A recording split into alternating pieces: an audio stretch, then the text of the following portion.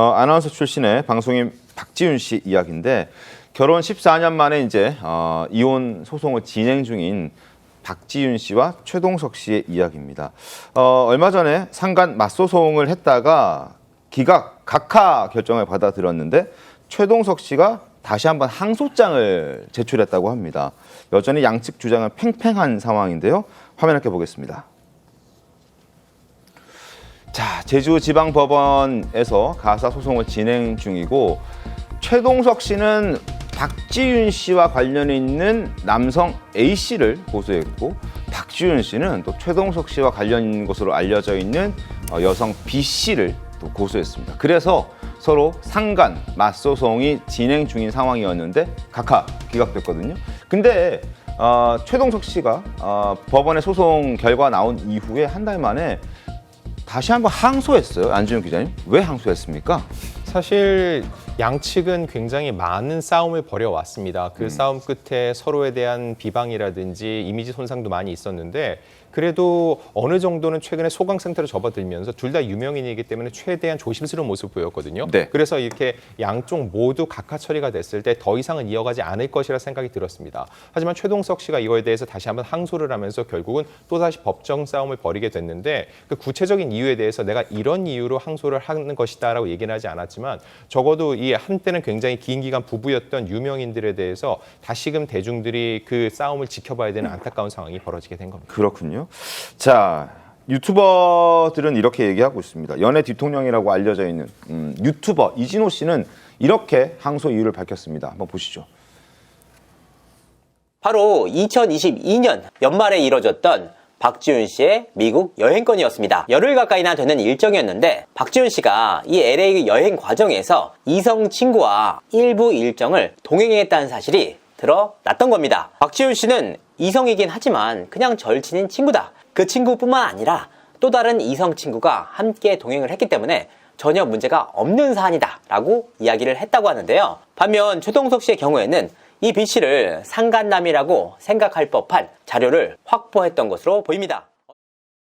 자, 최동석 씨가 박지윤 씨의 주장을 믿지 못하겠다라고 해서 항소를 다시 했는데 화면 함께 보겠습니다. 박지윤 씨가 2022년에 미국 여행을 갔는데 그 미국 여행 일정에 이성 친구가 있었다는 겁니다. 그리고 그 이성 친구의 집에서 하룻밤 자기도 했다. 결국 이건 외도다라는 게 최동석 씨의 주장인 거거든요. 여기에 대해서 박지윤 씨는 이렇게 얘기하고 있습니다. 자, 미국에서의 만남 인정한다. 그리고 이 만남의 사실은 최동석도 알고 있다. 그러나 이 남사친, 고등학교 시절부터 친했던 남자 친구고 남자 사람 친구고 성 정체성이 일반인과 다르다. 성소수자임을 강조했습니다. 그리고 사실혼 관계에 상대도 함께 있었다. 그러니까 외도한 것은 아니다라는 주장이거든요. 어떻게 봐야 됩니까? 저 주장을 사실 저도 지인들한테 들은 적이 있었는데요.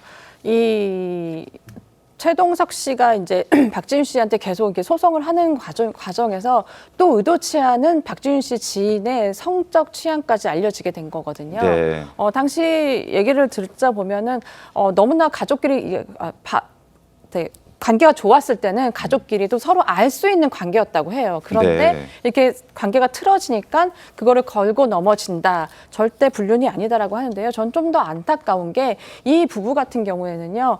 아이들과 함께 하는 모습을 굉장히 많이 모습을 드러내서 그 아이들의 모습을 저희까지도 다 알고 있거든요. 네. 그리고 그들이 지금 한국에서 공부를 하고 있기 때문에 이렇게 서로 쌍방으로 이렇게 폭로를 하는 것까지는 사실 부모는 쉽지는 않잖아요. 근데 오죽하면 그러겠냐는 또 그런 생각도 드는데요. 일단은 박지윤 씨 같은 경우에는 전혀 아니다라고 끝까지 얘기를 하고 있고요. 최동석 씨는 또 이와 다르게 뭐 증거도 있다라고 하는데요. 조금 더 지켜봐야지 알 것 같습니다. 네. 네. 성 정체성이 다른 친구였다라는 것과 함께 안준영 기자님, 그 뭐 친구 집에서 하룻밤을 묵으면서 수위 높은 영화도 봤다라고 최동석 씨는 주장을 하고 있는 거거든요. 어떻게 보십니까? 사실 이 부분에 대해서 이 가족 간의 관계, 특히 부부 간의 관계는 제3자가 판단하기는 어렵고 네. 증거 자료를 통해서 재판부에서 판단을 하게 되겠죠. 1심에서 기각이 됐던 가장 큰 이유 중에 하나는 증거 불충분이었다고 합니다. 즉 양측이 상대방의 주장에 대해서 이렇게 이걸 납득할 만한 충분한 뒷받침되는 물적 증거를 내지 못했다는 거죠. 여기에서 만약에 최동석 씨가 만약 이거를 뒷받침할 수 있는 증거를 확보했기 때문에 계속적으로 이 싸움을 이어겠다는 뜻을 밝혔을 가능성 역시 배제할 수 없다는 거죠. 다만 또 하나 중요한 게 있습니다. 이게 상간 소송 외에 두 사람 같은 경우 이혼 소송 판결이 아직 내려지지 않았습니다. 이혼 소송 같은 경우는 위자료라든지 재산 분할 여러 가지들이 걸려 있죠. 결국 이 상황에서 보다 유리하게 더 많은 것을 취하기 위해서는 상대방이 잘못을 해서 이 결혼이 깨진 것이다. 즉 비측 역사유가 어디 있냐, 이게 굉장히 중요합니다. 이런 과정 속에서 최동석 씨가 상대방이 잘못을 했기 때문에 내가 이 이혼이 결정되게 된 것이라는 걸 입증하는 차원에서 상간 소송을 이어갈 가능성 역시 배제할 수 없습니다. 네.